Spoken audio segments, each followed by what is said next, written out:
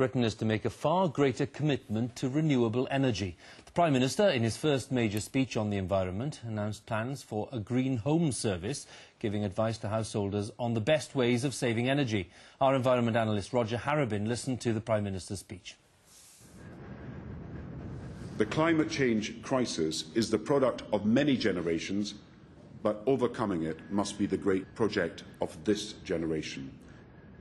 Our mission is in truth historic, and it is world-changing, to build over the next 50 years and beyond a global low-carbon economy.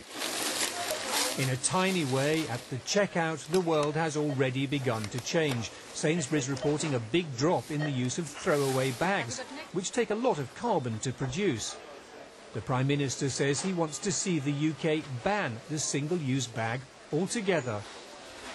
On the big scale, Mr Brown surprised his critics by committing the UK to a huge increase in power from renewable sources, like the solar panels on display in the shadow of the London Eye. The Prime Minister promised that the UK will meet an EU target that could see an increase in renewable electricity from the current figure of 5% to somewhere between 30 and 40%. His decision puts an end to an internal government row. There's been a real tussle over Europe's renewable energy targets in the UK. Officials at the Department of Business said they were unachievable and wanted to dodge out of them altogether.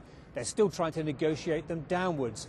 But even the most lax settlement agreed by Brussels will prove extremely tough for Britain to meet. The question is, will it be achievable at all? It's going to take an enormous amount of effort on government's parts to actually achieve it. I do think it is achievable, but it's going to take a huge amount of political will and determination to actually bring it off. And don't forget the cost. People will have to come to terms with paying more for energy to have a modern, clean, efficient generating system. It's going to cost money. Green groups welcomed Mr Brown's announcement on renewables, but launched a paper boat in Hyde Park to keep up the pressure. They're angry that the Prime Minister won't have his new renewables policy ready for another 18 months. Time, they say, is running out.